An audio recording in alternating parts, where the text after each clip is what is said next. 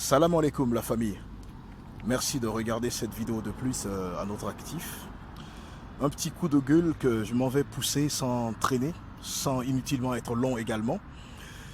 Vous savez, ça sera au sujet de ce calvaire depuis environ 3 jours que des compatriotes vivent dans les environs du pont de Kaka. Avec cet éboulement qui a coupé le pays en deux, c'est-à-dire toute la région de Conakry d'un côté et toute la province de l'autre. Le seul passage est le passage obligatoire pour quitter Conakry pour aller à toutes nos différentes provinces. Les gens galèrent, les gens sont dans la misère. Il y avait des malades sur la route qui ont été obligés d'emprunter des taxis-motos. Des gens ont été obligés de regagner chez eux, leur famille, pour ne pas tomber davantage malades et chercher à récupérer seulement après leur bagage. Des denrées alimentaires se trouvaient dans des véhicules qui ont tourné, qui ont commencé à pourrir. Et des pères de famille qui conduisent des véhicules de transport, qui avaient fait déjà des jours sans voir leur famille, sont obligés de rester avec leur véhicule parce qu'ils sont responsables non seulement des marchandises des gens, mais aussi de ceux qui n'ont pas d'autres moyens que d'attendre que la situation se décampe et tout pour regagner leur famille respective. Mais moi je me dis aujourd'hui, notre armée là, franchement, elle sert à quoi? D'accord.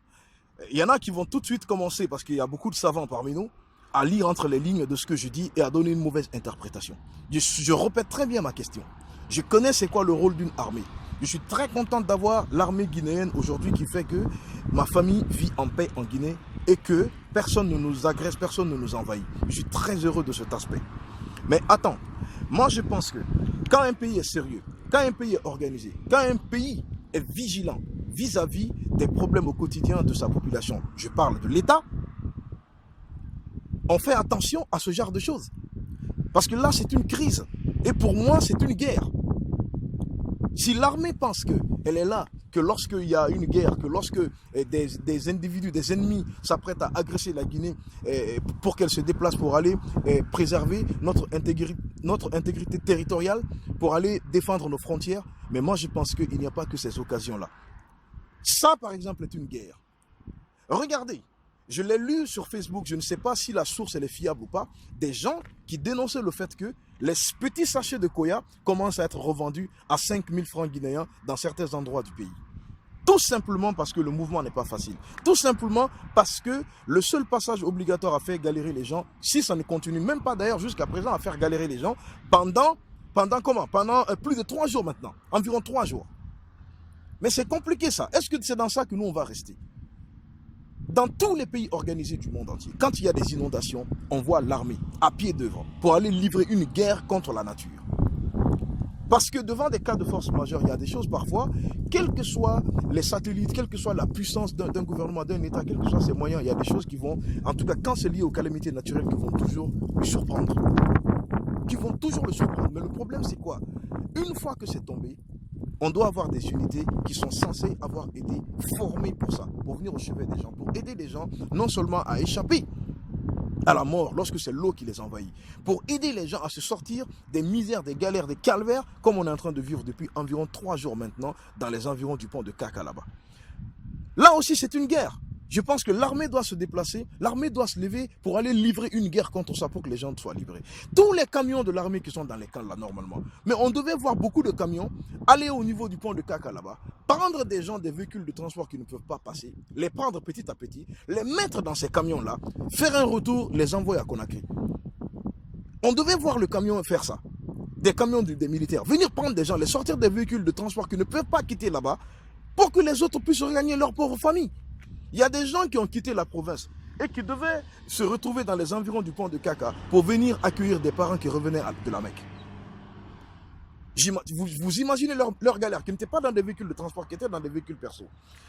Et qu'est-ce que je lis aussi aujourd'hui dans un bel article d'ailleurs de mon frère Mohamed Bangoura de Mosaïque Guinée, pour qui vraiment je place un gros big up, qui a rédigé un intéressant article. C'est une indiscipline qu'on a vue. Lorsque ceux qui sont censés organiser la circulation, lorsqu'il y a une galère comme ça, en faisant en sorte que les gens soient sur une seule ligne, pour que tout le monde puisse aller lentement mais sûrement à sa destination, eh bien c'est l'armée qu'on voit. Ce sont des véhicules de la gendarmerie.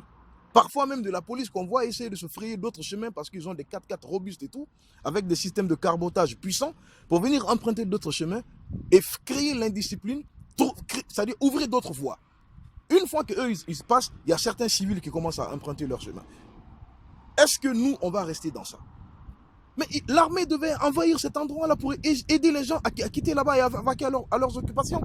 On doit prendre des Guinéens dans des camions de l'armée pour qu'ils aillent là où ils doivent partir. On ne peut pas rester dans ça, les gars, franchement. C'est moche, vraiment. Moi, ma femme a été, par exemple, obligée d'abandonner le véhicule à bord duquel elle est arrivée de Cancan et de prendre un taxi-moto, rouler environ plus d'une vingtaine de kilomètres sur moto pour regagner sa famille parce que tout simplement, le bébé était à la maison. C'est quand même regrettable. Quand c'est arrivé, d'accord, c'est arrivé. Mais faisons des efforts pour que les gens puissent le plus vite possible quitter ces misères. Parce que le cas, la situation pouvait être encore plus grave. Des éboulements pouvaient continuer. L'armée devait venir au chevet des gens à ce niveau-là, avec des camions de tous les camps environnants, prendre des gens petit à petit leurs bagages et les rapprocher au maximum de là où ils vont. En tout cas, d'un lieu beaucoup plus sûr, beaucoup plus sécurisé. C'est ça aussi le rôle d'une armée. C'est pas attendre qu'il y ait des occasions de guerre. Voilà.